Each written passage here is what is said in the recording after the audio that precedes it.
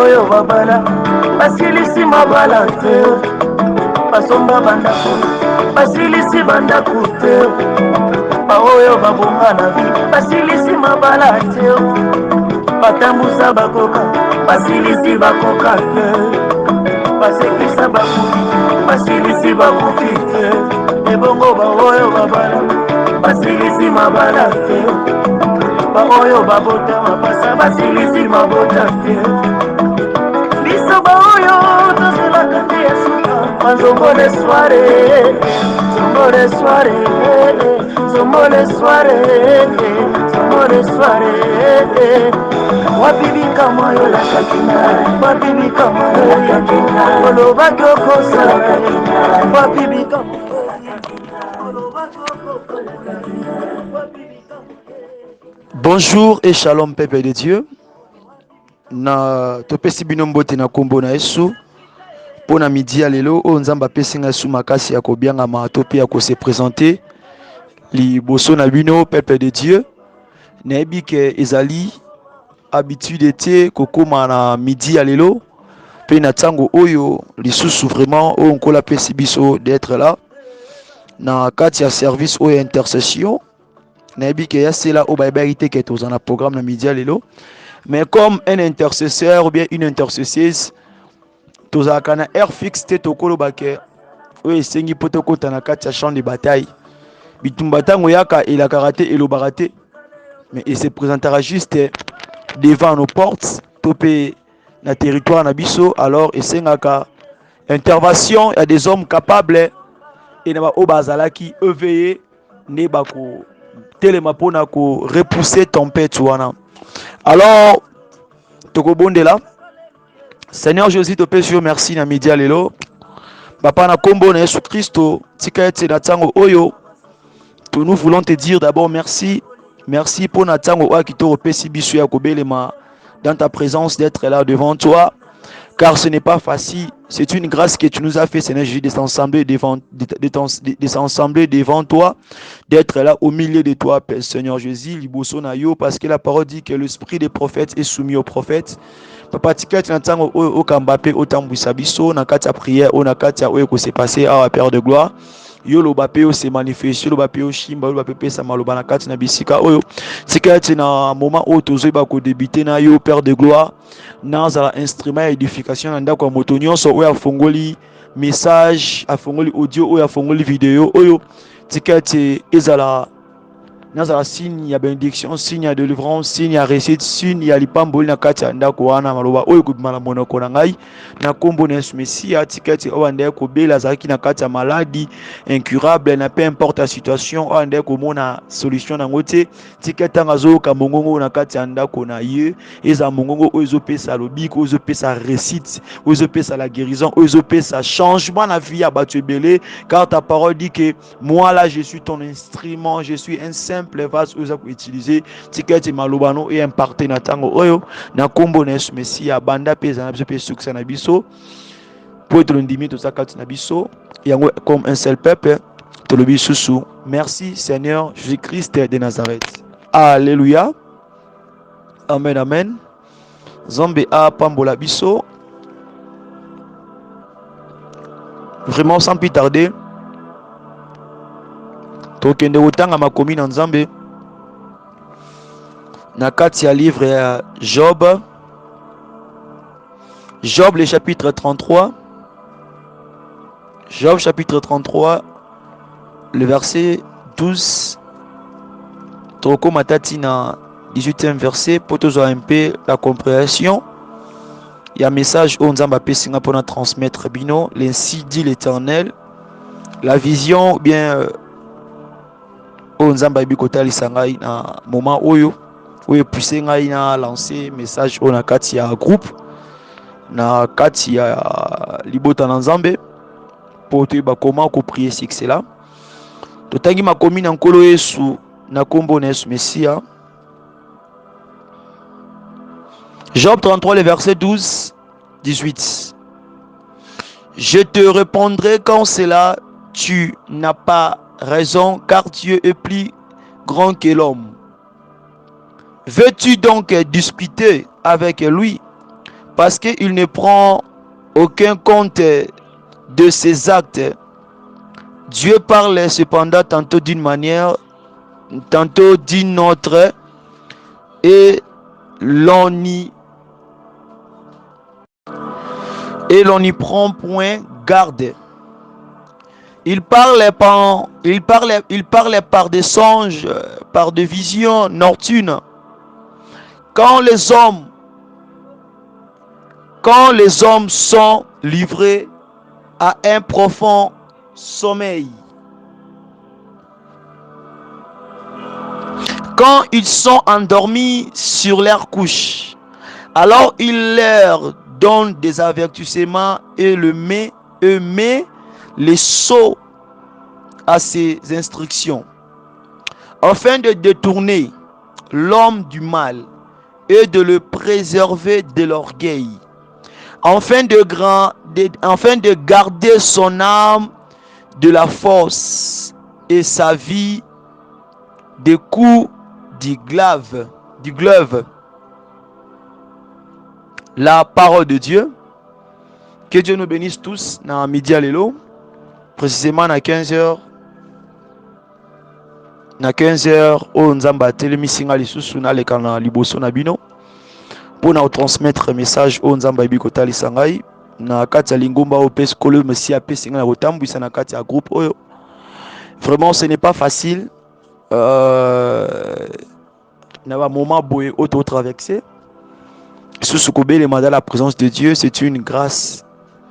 Pour nous là, tous ceux qui ne bila batu basili kotika pe ko quitter biso na moment où tous ceux suna bangote papa maman frère sœur auto ebaki baza suna biso longote mais kolo messi abateli biso apesi biso pe ma parce que alingi biso ya mingi yango na pesi bino mbote pe shalom libota na nzambe nyonso o bozo recevoir message o nzamba talisinga ina moment oyo nzamba pesinga makasi ya kolobela yango.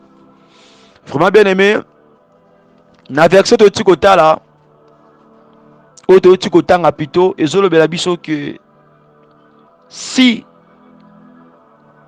moto akoki kozwa raison liboso ya nzambe to muta ko ebisa nzambe que j'avais raison na onande ko ebisa yo, la parole de Dieu nous dit que non, on n'a pas raison devant Dieu. Il nous dit que Zamba zali monene koleka mutu. Donc intelligence ya mutu eleki ya nzambe te, maele ya mutu eleki ya nzambe te, komona ya mutu eleki ya nzambe te, vision ozo mona wana eleki ya nzambe te, ozo penser eleki ya nzambe te, ozo planifier eleki ya nzambe te. Peut-être o nzambe azo sala comme projet comme plan na pona vie na yo, na ozo kanisa pona vie na yo, tantôt yo za juste na 2% pamba mais yaza na 100% pona ozo bongisa pona vie na yo. Et puis ce qu'on lingi au discuter topé au solo l'ensemble aux atteint ko sala né échange de paroles, c'est-à-dire au loba à lobby yo po lobby au question à ebiselo ko tout n'est pas question ba lobby était on peut tokoki était ko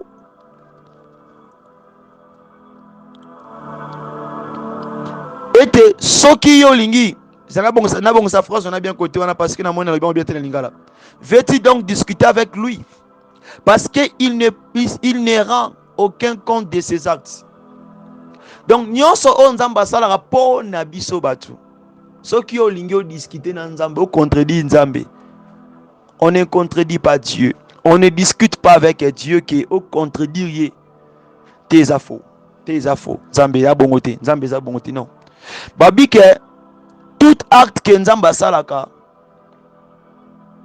na ba acte na nyonso wana ya mabeza la te ayebi oya salaka ayebi nenga banda pa ayebi nenga suka na likambo na ye. Alors message clé on nzamba pesinga na midi leza koto azoloba ete Dieu parle cependant tantôt d'une manière tantôt d'une autre et on y prend point garde. Le message clé on nzamba talisinga ezali côté oyo eza juste un verset oyo, d'autres versets na lobeli il y a juste pour éclaircir mais verset de base on nzamba lobeli ngai pour telemisinga na pesa bino message vision prophétie na forme nyonso kozula yango na kati ya semaine oyo etikolekana pe na semaine otobandi ande ko soit plus de vision et ande ko loba trop sur les serpents. J'étais trop en train de parler sur les serpents. Tenakata matia ka pamba bino vanda boy. Nazo pressenti. To nazo senti le nazo senti le comme si que là où je suis, il y a la présence du serpent. Alléluia. Mais tant longtemps la bien oui, ce n'est pas dans la physique, mais c'est dans la spiritualité. Alors, nazaki na batu nzinga nzinga na ngai, tant nazolo babulio kwana. C'était aussi une servante de Dieu et avec autre personne bazalaki wana. Isaac une fois et plusieurs fois. Et dans le serpent, je parle aussi sur les hommes morts. Alors, je n'avais pas pris le temps de discerner cela. Et comme il s'est répété, dans le cas de la répétition, c'est là où directement que il y a eu,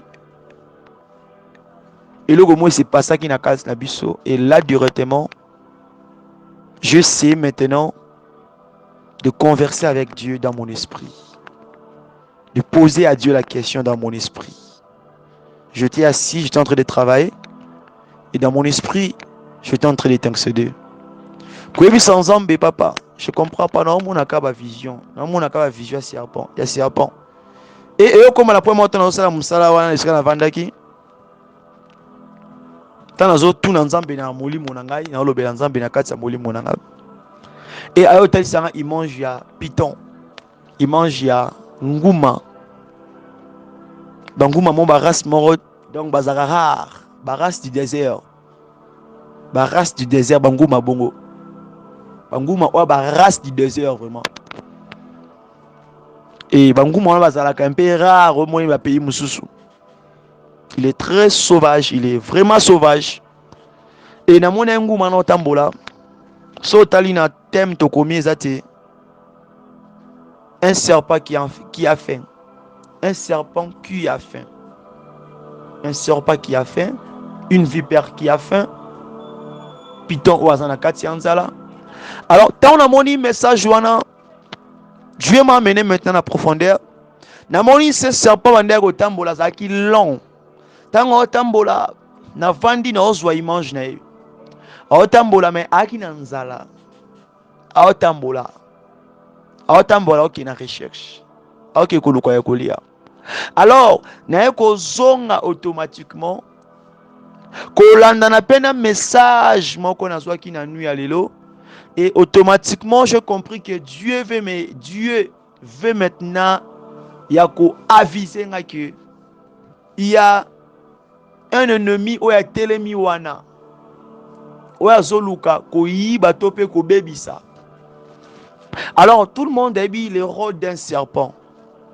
Maintenant, c'est le rôle d'une vipère. Pour vipère, elle sort un serpent. Tu as un vipère, tu as un cobra, tu as un python, tu as le serpent du désert, tu as un serpent de la mer, tu as un serpent presque ébélé. Mais pourquoi Dieu m'a amené juste il mange, il y a cobra du désert et il y a python du désert, donc il y a ngouma du désert. Pourquoi? Nabaras il y a un serpent nyonso. Si on peut bien comprendre, et ça na serpent oyo babandaka musala abandi pe akomi nango na suka. Mais après le serpent mususu aoki ko mordre to pe a piquer venene na eloko asimi nzela kenayi. Oyo ya ku netaliete. Mais il y a des serpents soki mutu akutali na couloir to na point na ye serpent wana soki déjà a mordre yo to a mordre mutu wana akokende te. Il faut amona ti mutu wana kokufa. Ti ndenge mutu wana otia mutu na se. Il y a aussi des serpents akoki ko mordre mutu te, akoki pe ko mordre to pe nyama te, mais akoki ko saisir nde nyama. A saisir to mutu, mais na ko saisir wana akotika mutu wana ti akokoma faible, to nyama na ti akokoma faible. C'est-à-dire que amoni ke a buki. Donc tant amoni ke a réduire, à rendre faible, donc d'une manière que Moutako tombe le boroté, à côté tamboulate, à rubena rolobati. Alors, tant on a respiré, bongo, nesiko serpent, on a osanini, à koluka, aliato, amela mutuana. oya bouki à neutraliser. Donc l'image du serpent, quand j'ai demandé à Dieu, ça n'a pas eu beaucoup de minutes. Et à Meminga la profondeur. Et dans un moment, j'ai compris directement que Dieu voulait me parler sur le peuple de Dieu. Il y a cela où il y a autant de bimina nzela bo akei avec un accident moro boye akana gite aeba gite donc il y a malaka takaka boye mais abima qui n'a pensé mususu mususu qui na musala komi boye balongoli musala kana à occasion de rien na loti mususu pas kene na hôpital muntu passe boye akomi kuna oyo komi atikala et asu muntu passe échanger. Pourquoi? Parce que le serpent oyo tambola oyo nzambala kisingai c'est un serpent oyo atambola na mission. Na mission na tambola wana abanda musala pe akoma nango na suka. Alléluia. Donc c'est le message oyo nzambala ndeko kotalisa ngai alors que je n'avais pas vraiment attiré mon attention pour na luka okena profondeur nango. Jusqu'à ce que naye ko se poser une question na bi que oh c'est que ennemi oya obundisa nga na baki ngai. J'ai dit que monguna oya obundisa nga donc ozasiko serpent. Il ne sera plus maintenant on a organisé totelo musu mais ça serpent oya obundisa nga. Lors c'était pas moi. Dieu a ndé ko aviser un message ndé ko comprendre yango te. Et on a ko poser question, c'est là que na ko mona il mange yanguma python et des heures. Et azo tambola dans sa bouche, Azo parlait, il dit qu'il avait faim. Et Azo loba, Aoluka yakolia. Aotambola, Azo luka bilei. Alors, na midi à l'élo na 15h, oyo. Tolingi to bonde là. Enfin, yako neutraliser. Enfin, yako bebisa. Misala tope musala. Yaba Jean ya diable. Sous forme d'un serpent. Sous forme d'une serpent. Na forme nuance oyazoé là. D'une vipère, na lokola cobra, lokola nguma, lokola nyama nyonso ya mabe oya ko se présenter. Liboso na ona porte na yo. S'il faut couper la tête au katamutu. S'il faut qu'on niata tozo niata. Bien aimé, vous savez que na kati ya huile de malt. Na kati ya Actes des Apôtres chapitre 28 le verset 1er tina 6. Vous comprenez que l'apôtre Paul, après avoir leur navire, leur bateau, et c'est noyaki. Bayaki donc ko etope ko bima na l'huile qui s'appelait Malte. Alors on a kata il wana ezalaki na barabar. Barabar bazalaki batu o bande ko se réfugier ko vanda na kata île de Malte wana. Alors par la grande surprise, bah qu'on remarqué que na bateau ba kitaki na kati ya île wana ezalaki pe na un homme qui s'appelait Paul. Bah ba kenamti. Alors cet homme là Paul, alors na kati ya île nenge zalaka, il ezana ba tempête, ezana malili po ezana kati ya mai. Alors, et ko sala que tellement malili ezalaki makasi, l'apôtre Paul, qu'est-ce qu'il a fait? L'apôtre Paul abandi kolokota banzete bamabaya babua po atia na moto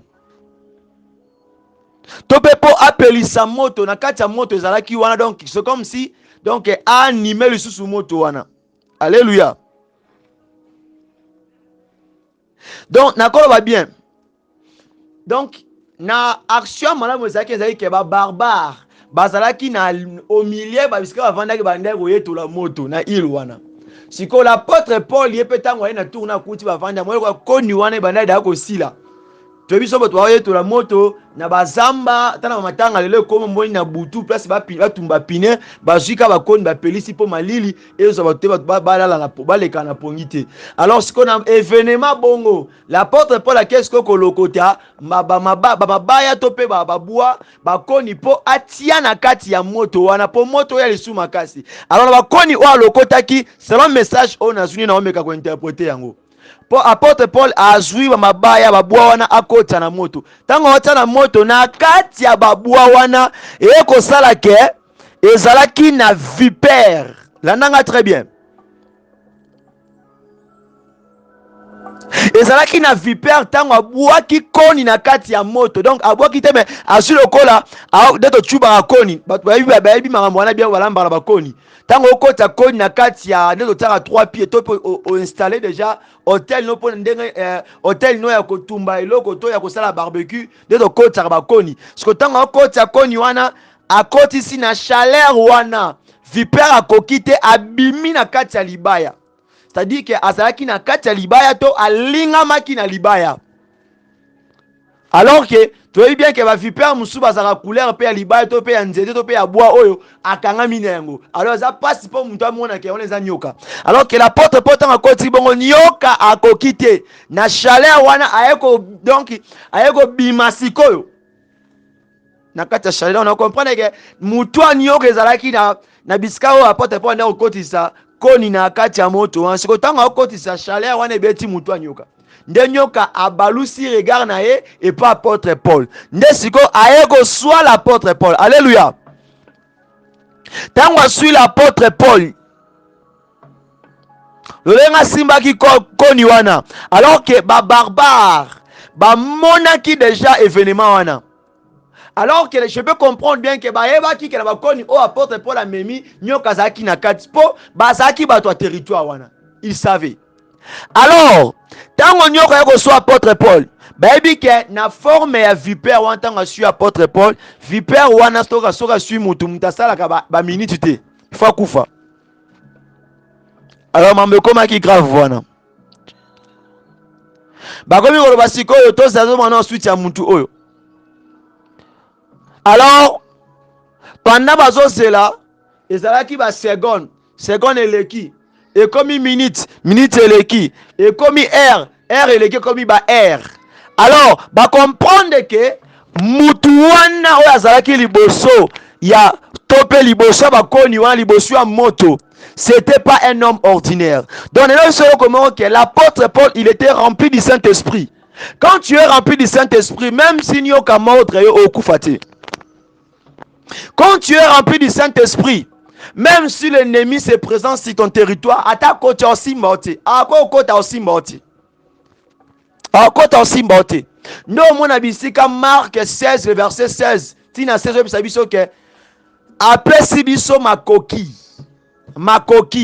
même si on mélit poisson au coup faté. Pourquoi? Parce que Oazakatino a plus fort que le poison, a plus fort que le serpent. Alléluia. Alors que na midi topé na moment oyo, na lingi ozonga na présence ya kolo. Oyebi sakolo a rempli yo par sa puissance. Oyebi sakolo oye pa na ye o s'humilier.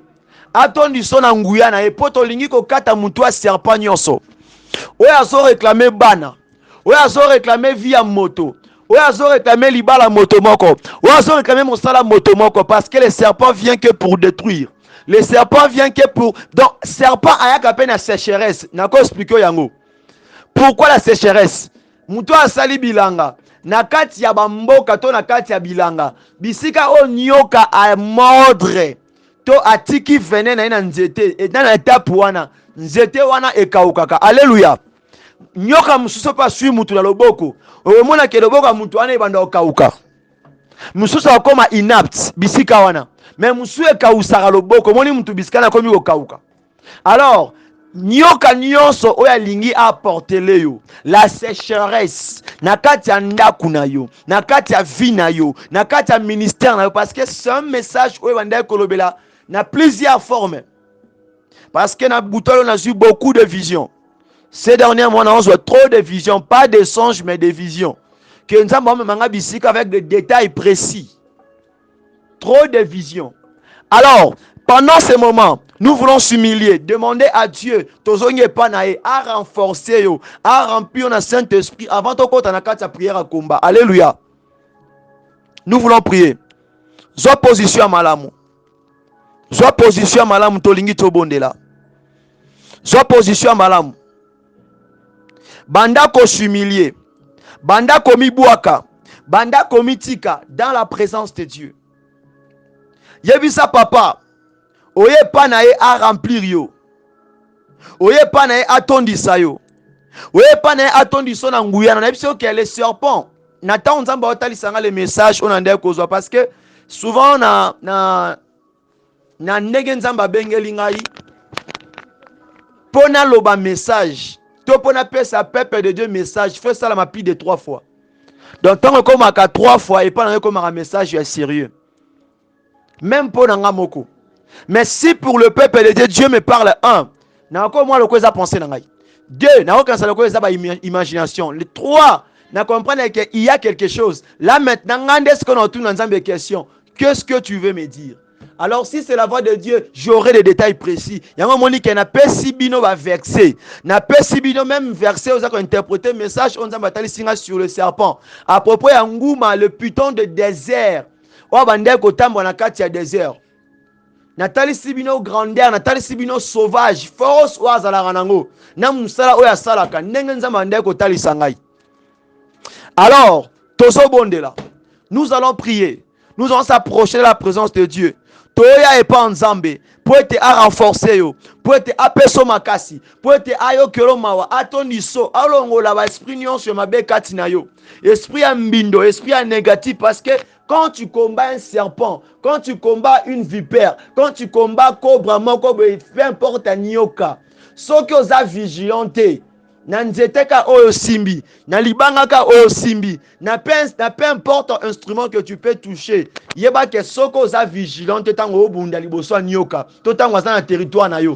Le contraire que ceux qui ont visé ma bé, ceux qui ont bambi yango ma bé, ceux qui ont n'a pas qui est bien té, yeba ke oyo beti wana ekozongelo comme attaque. Imagine que l'apôtre Paul a vu nzete bois à côté na moto, mais nyoka bimi na kati ya moto wana chaleur wana a suivi l'apôtre Paul.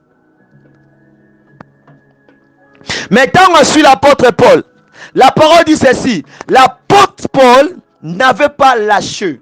L'apôtre Paul n'avait pas d'abord pris l'attention qu'à contempler la douleur, à contempler passion ayokina noa ke pona suyer. Non, tel que l'apôtre Paul était rempli du Saint-Esprit, n'avait pas senti cette douleur. C'est-à-dire que quand tu es rempli du Saint-Esprit, même si le serpent est sur ton territoire, tu n'auras pas peur de lui. Même si le serpent est sur ta maison, tu n'auras pas peur de lui. Même si le tempête est bête en akatanda kunayo, tu n'auras pas peur de cela. Même si la maladie, tu n'auras pas peur de cela. Même si, peu importe, il y a complot, peu importe, il y a un missile, peu importe, il y a une flèche bête en la porte kunayo, tu n'auras pas peur de cela. Mais yoko zala fixé topé basé dans côté là, l'adversaire très important, l'ennemi très important à combattre. Yo missionnaire vous n'allez pas ennemi na yo. Et ça te likola bilo kwa zo beta yo. Oluka mwani na kwa enchaîner. Alléluia. Yango wana que l'apôtre Paul, la Bible dit que Paul secoua l'animal dont le fait et ne ressentit aucun mal. Toyoki yango. Donc l'apôtre Paul a zwaki nyama wana kana maboko na ye wana. Ndenga simba ki koni wana. Ndenga simba ki buwa wana.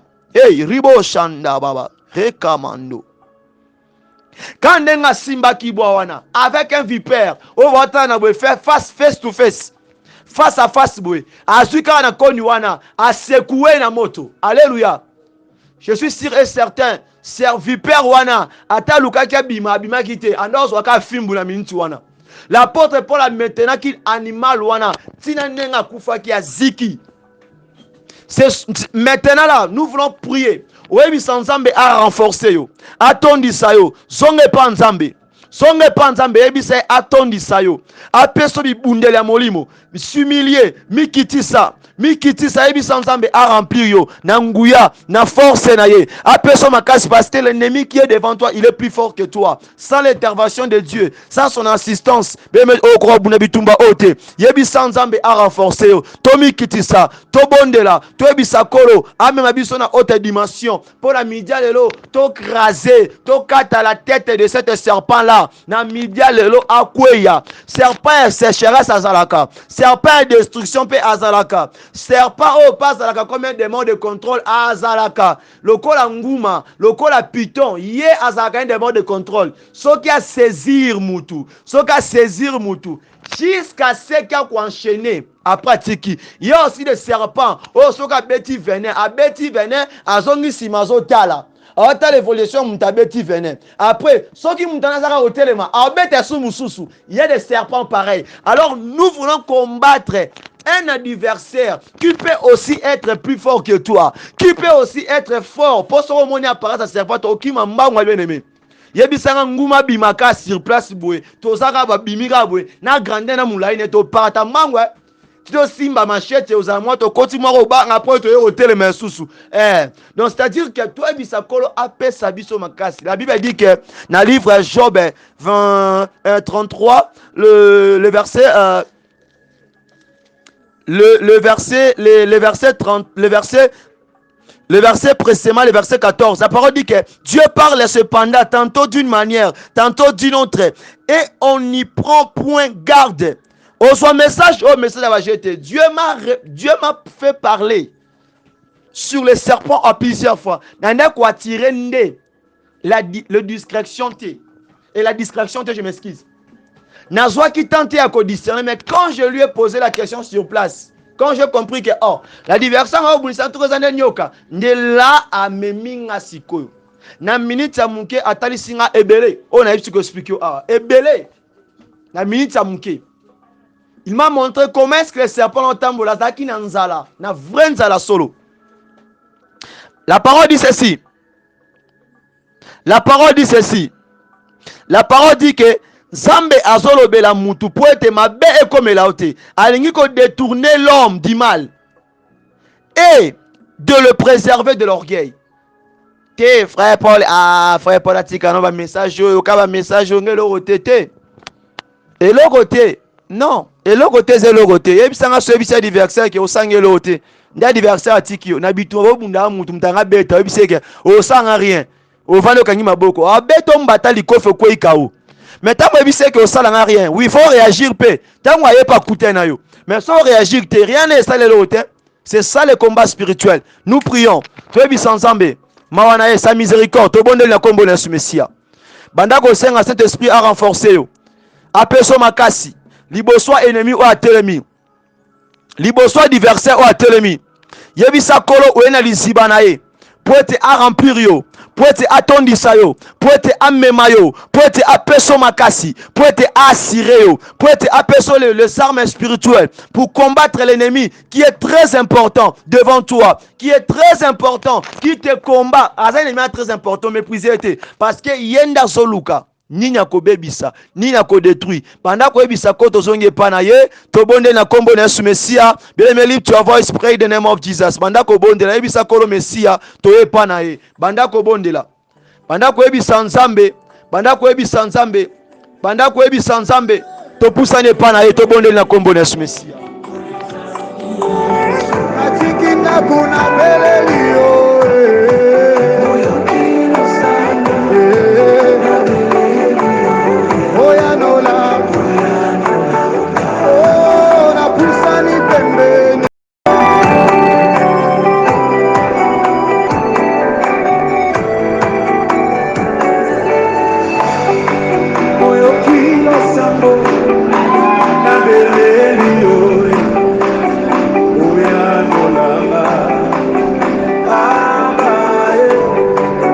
pusani pembeni lelo na ye na liziba oeka ukakateo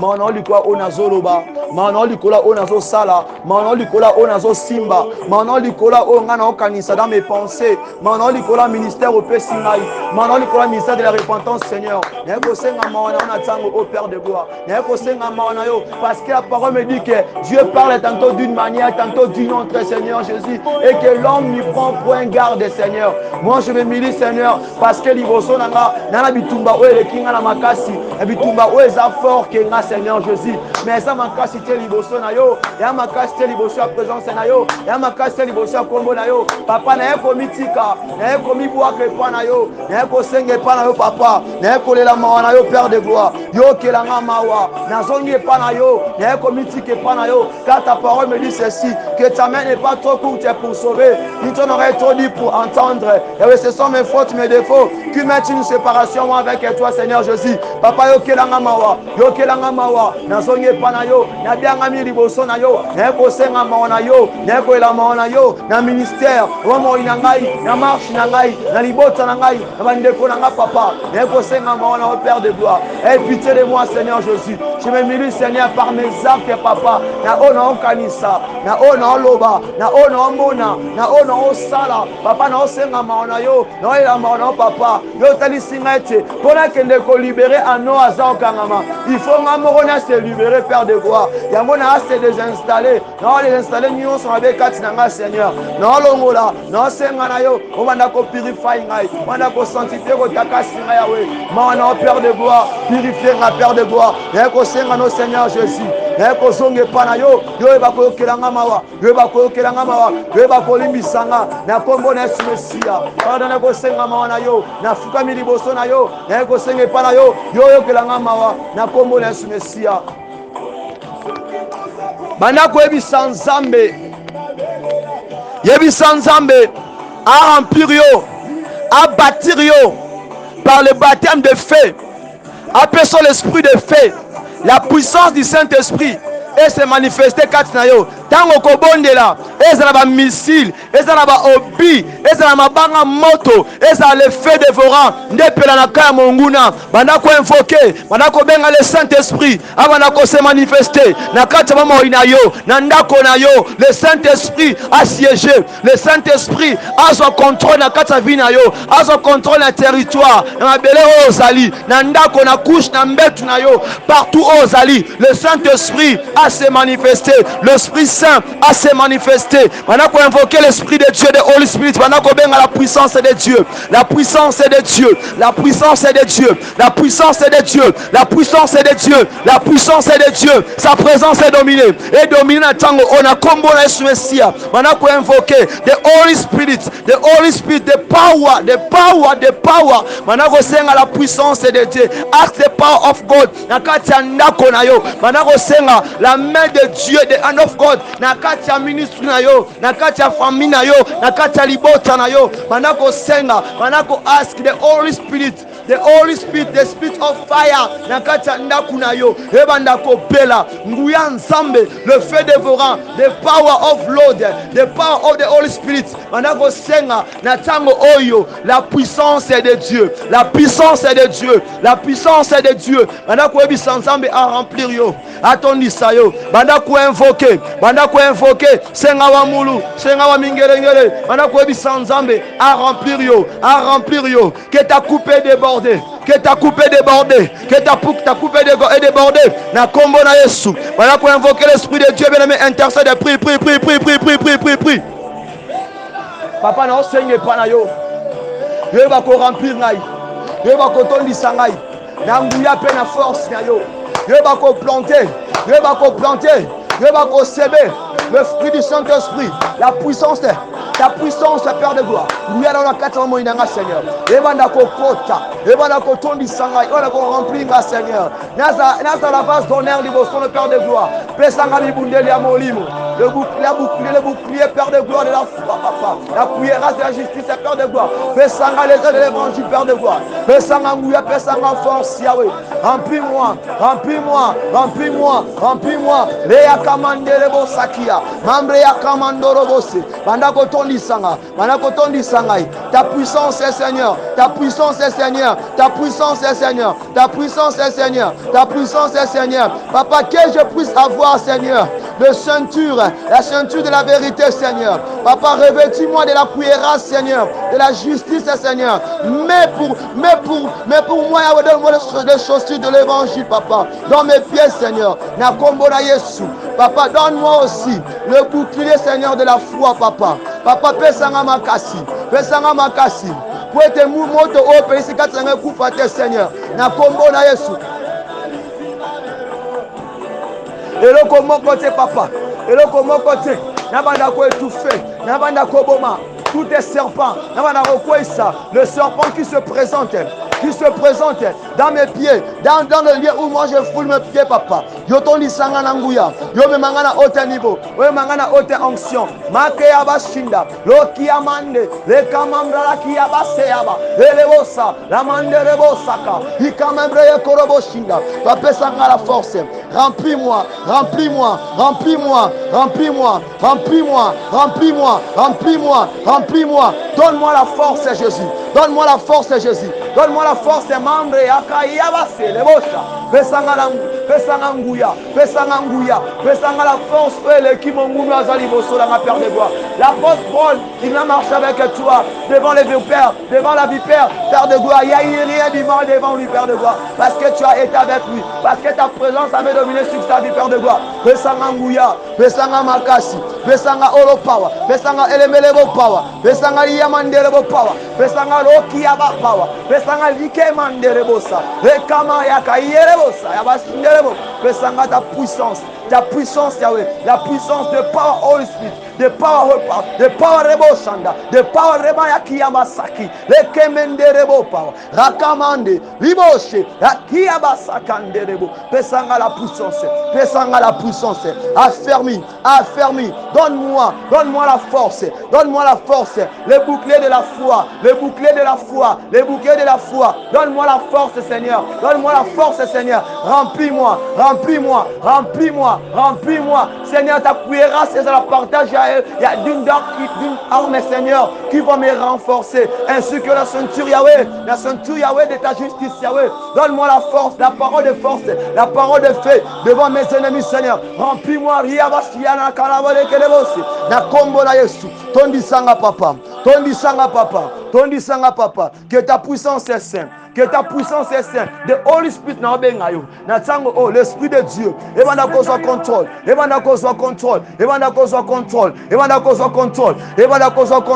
Na pesio possession à salle oh. Na pesio possession à chambre oh. Na pesio possession à belle oh. Ya lopango oh. Ya bisika oh. L'esprit de Dieu vanda ko atterri. Vanda kozwa contrôle. Vanda ko dominer. Vanda ko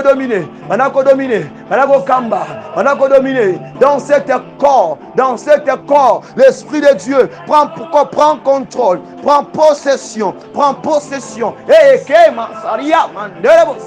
Na kombo la Yesu sia na ko invoquer na osenge pana yo tondi sanga yo rempli nga papa le Saint-Esprit a son contrôle ya bisika oyo dikola ba caméra cachée à monguna dikola micro ya butu papa oyo contrôler oyo vérifier comme cet serpent là oyo na la vie ya mutu papa ngana midi lelo na ozwa ekateli na 15h oyo na ozwa ekateli na 16h oyo na ozwa ekateli papa le Saint-Esprit a son contrôle. Ta parole déclare que là où tu es papa c'est la liberté.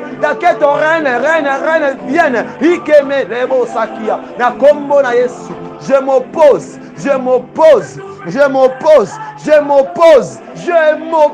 à cela. Ekete randa rigosata.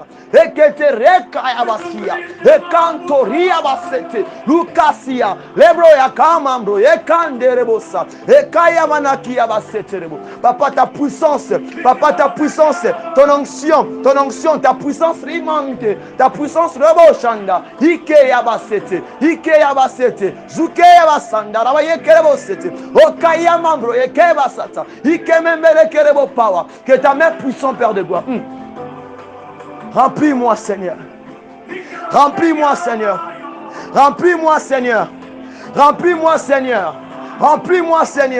Que ma coupe déborde de la médiale de l'eau, Père de gloire. Papa, ton dit sangaï. Nazala, une femme de feu, devant mes anniversaires, Père de gloire. Nazala, intouchable, Père de gloire. Puisqu'on t'a tombé dans la Père de gloire. Ton esprit est dominé. Ta présence est dominée, Père de gloire. Moi seul, je suis rien. Père de gloire. L'ennemi qui est devant moi est plus fort que moi, Seigneur. Remplis-moi, Père de gloire. Donne-moi la force. Donne-moi l'engouya. Donne-moi la force. Ekababashinda. Remambre. Eketera. Oya kababasherebo. Na kombo na Yesu. Besanga makasi. Na kombo na Yesu. Remplis-moi. Na kombo na Yesu. Akayele bosete. Mais prie là où tu es. Demande. Ask. Demande the power of God. Dienga molimo na nzambe. Senga molimo na nzambe. Senga mukwashi. Yebisa nzambe. Le Saint-Esprit, c'est ton temps. Viens opérer. Viens opérer. Devant ces serpents, tu as besoin du Saint-Esprit. L'apôtre Paul devant la vipère, il avait besoin du Saint-Esprit. Sans le Saint-Esprit, il devait déjà être mort depuis longtemps. Mais parce qu'il avait la présence de Dieu, parce qu'il demeurait dans la présence de Dieu, parce qu'il avait le Saint-Esprit en lui, la vipère n'avait pas eu le pouvoir sur lui. Parce que celui qui était en lui était plus fort que lui. La commande de power, et Kerebo power, Shindaba power, et Kaba power, les Sokiaba power, les Seketerabo Shinda, et Kamabrakiaba Sete, o Katerebo power, et Katamantoria, Ikaserebo Shanda, les Koriama Shanda, Akayebo Sete, la Kabosha power, Ikemandereboba, et Karababa, Ikerababa, et Ketebaba power, et Shinda Mandorobo, Shinda Mekerebopa, et Keraba, et Papa, Akariama Saka, et Kariama de Kerebopa, et Ketebabra, Ikerebo Shanda, Ikerebo Shanda, Ikerebo Shanda, et Keyaba power, Lobo Shinda, Leso, Yakiaba Sete, Loso Kiaba Serebo, et Kamambro, Eke, Ribosaki, Akamambro Yakarabo, Ikerebo power, et Kababa, Ikamambro, Eka, Enderebosa, et Manakareboshi, la Manderebosa, et Baba Shindelebo, les Manusculobo Rakama, et Shibor Rebose, et Shibor Rebose, et Shibor Rebose, Lucasia, les Keteraba, the power Holy Spirit, the power Holy Spirit, the power Holy Spirit, et Kerebo fire, et Kerebo fire, et Kerebo fire, Shinamabo fire, et Kaba fire, Lobo Saka power, Ikamandelebo fire, Ikerebo Kaya, Karabadi Kerebo, la Kanakarebo Saka, Ikemabrayaka, Ikerebo Saba, Enderebosa, Enderebosa, Lobaba Shinda, Lobaba Shinda, Lobaba Shinda, Lokende, Ekebaba, Ekabosa, Ibrak, Eke, la Kanda, la Kababa Sheterebo, O Braya Kamando, Ekerebosa, Luya Baba Shenderebo, Raka, Ikemando, Ikete Raka, Ikete Rebosa, Ikete Robosa, Elaboya Kamando Robosa, the power Holy Spirit, the power Holy Spirit, the fire Rekashata, the fire Rekashata, Loki about fire, Lekesterebo power, la Cantura fire, Ikanderebo fire, Alaboshanova fire, Ikamanderebo fire, Lobo Sarava fire, Ekeraba fire, Jandara Karibo fire, Ekamandorobo fire, Uyasakiaba fire, Lobalashnerebo fire, Ekemabra, Ikemabra, Karabo Sekereba fire, Eraboshinda fire, Erakababa fire, Ribosake fire, Genderebo fire, La Kate, Ibabro, Yakamandorobo, La Kuyaba Seterebo fire, Andalaboshinda, Ekababa, Ekababa, Ekababa, Ekababa, Ekababa, Ekababa, Zuraya Kababa, Ekemando, Zumakia,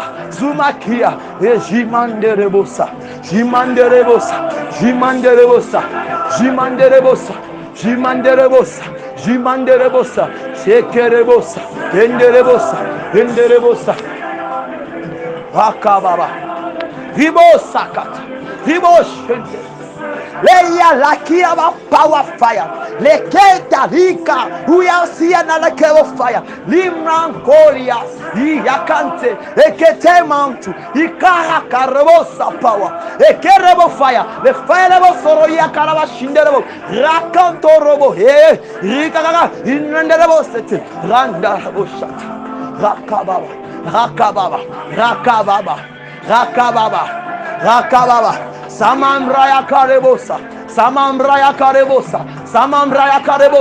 Samambraya Karebosa, le fire le Borakaya Bashinderebo, le fire le Korabashinderebo, a recommandrebo fire, recommanderebo Shinda, a recommand Rakaya Manderebosa, a recommandrebo Sakia Mandela, oh darkness rebo Shinda fire, Rakamandorobo Seke, Rakamenderebo fire, Ikemerebo fire, sickness rebo fire, Rakamanda, Ikoskoria, Rakia Basenderebo, le snake rebo Akaba fire, Ikamanderebo fire, Rakira Sata. Sata, la Kiabo Sata, les snake rakaba, snake rebo shindalabo, les snake rebo shindalabo, le koroke yakasata, le koroke rakawasata, rimando,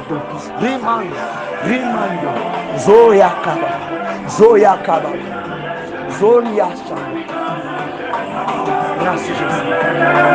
Merci Jésus. Merci Jésus. Merci Jésus. Car on a la même atmosphère, wana. Ok, n'est-ce qu'on au quota? Parce qu'il t'a déjà rempli. Tu es là rempli du Saint-Esprit.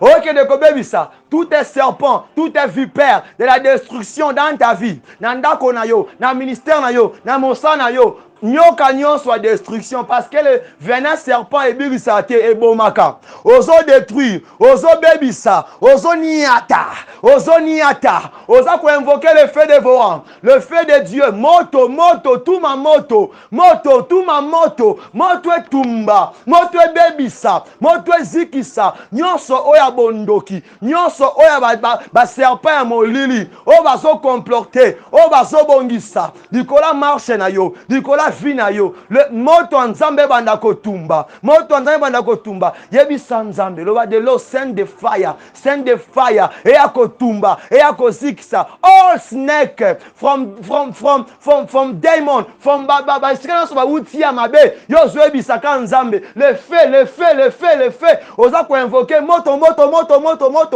na nkolo banda kotumba, e banda kozikisa, pelisa moto, e banda kotumba, bisika waza ko rampe na couloir nyonso na libiso nyonso ndaku na yo na se ambetu abanda kopela moto abanda kosika le feu dévorant pelisa moto shinda baba ikerebo power manda kosenga moto na nzambe ebanda kotumba okopika mikono okobeta maboko manda kobebisa manda kokwisa na kombo na Yesu Mesia manda ko invoquer moto na nzambe ebanda kotumba ebanda kobebisa manda kosenga les Esprit, akitisa moto na ye, etumba, ezikisa, serpent nyonso a destruction, vipère nyonso, forme ya nyoka nyonso, oyo aza o déjà atterrir, na ndako na yo, na bisiko salaka, ayena vena ko bebisa, moto nzambe, ebanda ko tumba ye mobimba bimate, la porte pas la qui serpent, aboraki na moto, yo bebe la moto nzambe, etumba serpent wana, akota na moto asika,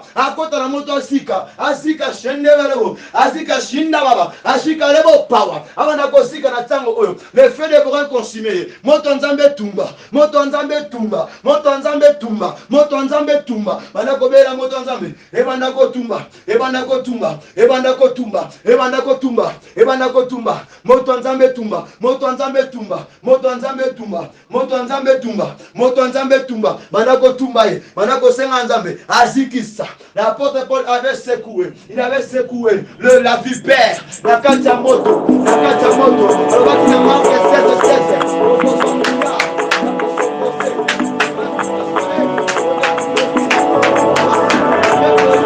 Nous invoquons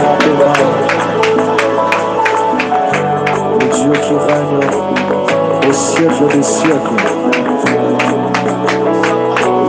le Dieu parmi nous.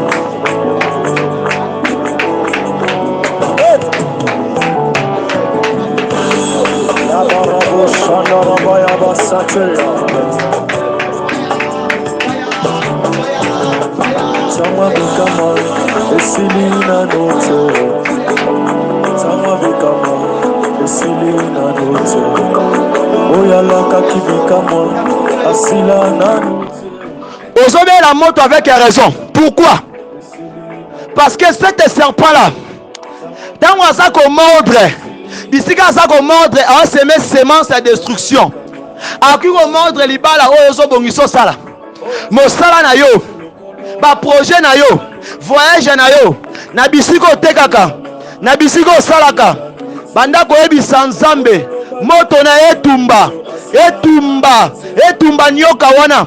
O batindaki na bisiko salaka, na bisiko luka mbongo, moto wana moto nzambe tumba ye. comme l'apôtre Paul azwaki serpent wana asekue ye kaka likola nzete wana likola koni wana serpent akotaki na moto aveyaki asalaki suivi ti serpent aziki ye nyonso rebo oshinda opesa nzela te atumbama moto ekita esa nini ezikisa moto ekita esa nini etumba ye nyoka wana aza nyoka molimo aza nyoka physique aza nyoka maternel aza nyoka maternel je m'excuse obela moto en nzambe ebana kotumba fire fire fire le feu dévorant appelle invoque Dieu appelle sur l'autorité na kombo la Yesu rebo shanda wapi kama yolaka kinga wapi epakwa yolaka kinga wapi mafuta yolaka kinga wapi bikama oya yana maya yana maya laina doleli yo yana mao yonde bikama na maya yana maya mafuta na mao yolisiba na maya yana maya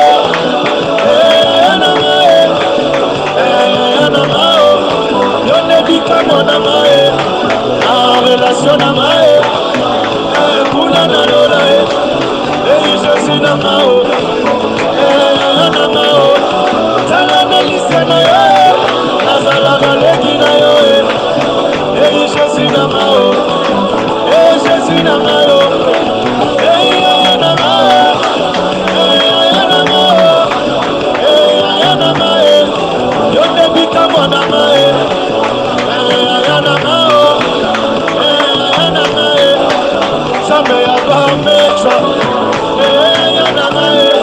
nazotumba ye na kati ye mutu nazotumba ye ye serpent wana ye vipere wana partout oyo awuti na mbanza Congo na Congo central na Mbujimai na Kananga na mboko bakoko na ngai bacentre nanga papa peu importe vipere wana peu importe nyoka wana nazotumba ye naokata mutu fire abanda kozika fire nazotumba ye in Jesus name na kombo la Yesu natumbi ye na kombo la Yesu azika na bafere na ngai na baprojet na ngai na baprojet na nga papa na bisika oyo ngai asalaki papa mosala oyo esengaki nasala mpola vide nga papa yaye kosebe ebanda kolebisa moto na yo papa ebanda kotumba ye ebanda kozikisa ebanda kokonsime le feu fire le feu dévorant nazobela moto na yo na ntango oyo ebanda kotumba nyoka nyonso oyo nyoka chikapa oyo nyoka kananga oyo nyoka Congo central oyo nyoka bakongo oyo nyoka batandi oyo nyoka baluba oyo nyoka banani wana oyo ayaki papa mpona détruire papa moto na yo ebanda kotumba ye moto na yo ebanda kosikisa na kati mutu na ye kia na kati yango na niati na bebisi na détruire na kombo na Yesu nazodéclare naosaka maloba par l'onction par l'onction de ta puissance Seigneur Jésus na kombo na Yesu Messia abanda kozika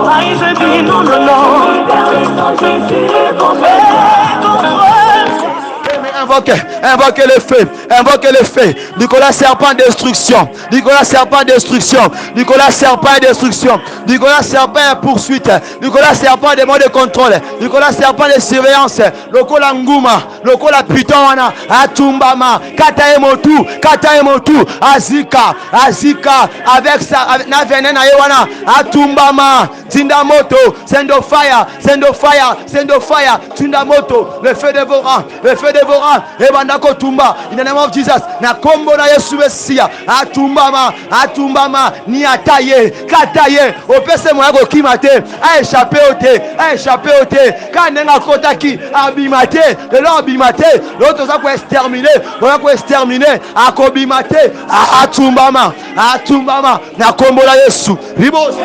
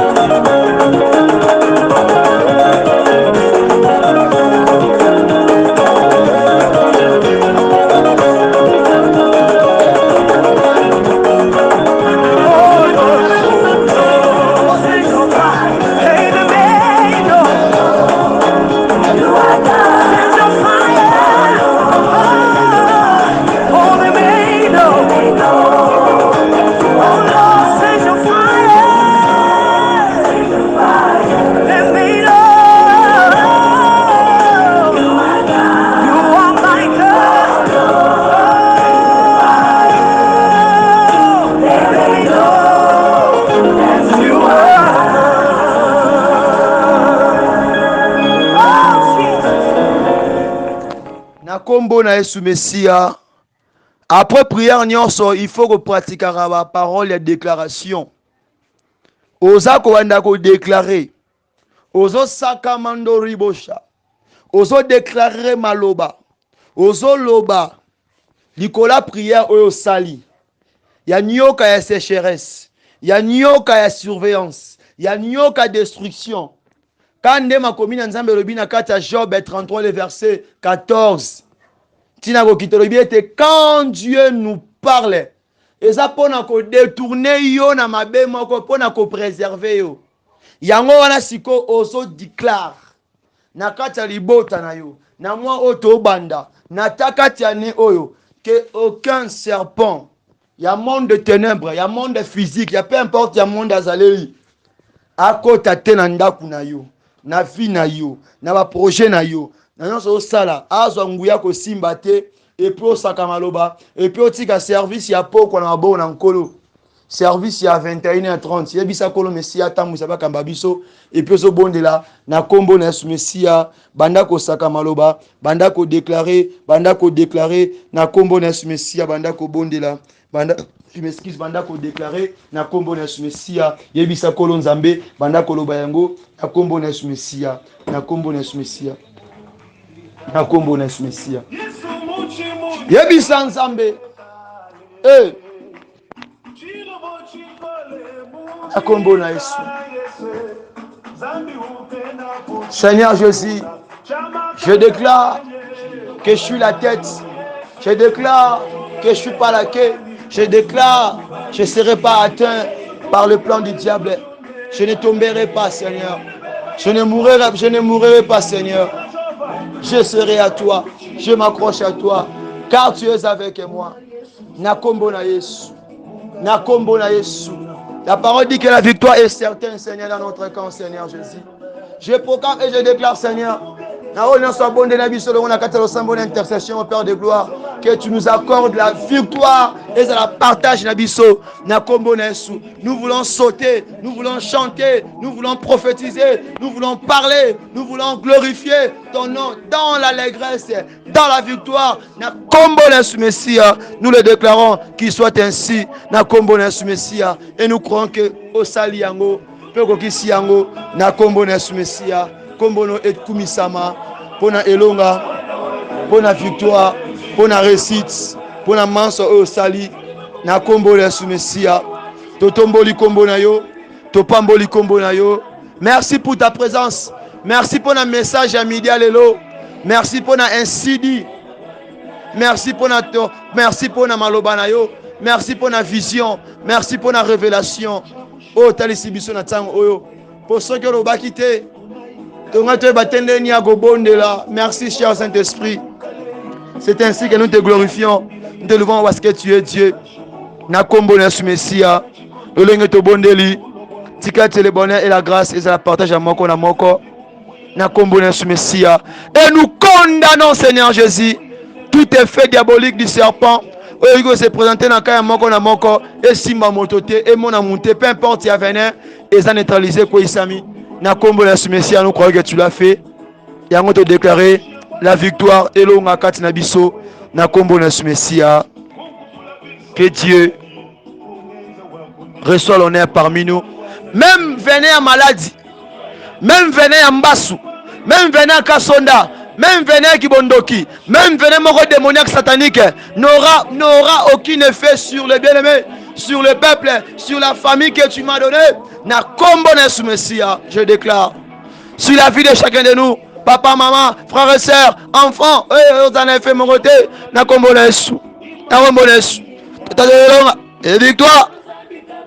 Merci Jésus pour nos saliango. Kombo ne kumisama na kombo na Yesu Messia. Thank you Father. Yango lokwa libota moko. Tolobi lisusu. Merci Seigneur Jésus-Christ de Nazareth. Que Dieu nous bénisse. Izaki message ya midi à lelo o nzamba tali saki ngalelo. Mais izaki message bandaki moi kalamen. Quand on a kana lobaki ke na bandai ko attirer attention, c'est aujourd'hui que quand je demandais à Dieu, je lui ai posé la question à Pessinga détail. Comme la parole dit que Dieu, il fait rien en secret sans avoir révélé à ses serviteurs les prophètes. Selon Amos 3:7. Que Dieu nous bénisse pour un message à l'élo, pour une victoire à l'élo, aux unes à l'élo. Zampambola biso. Togouten un programme à 21h30 par la grâce de Dieu. Ne manquez pas nos programmes. Sois connecté. Partage les messages à tous nos frères et sœurs. Vraiment, que Dieu nous bénisse. Shalom.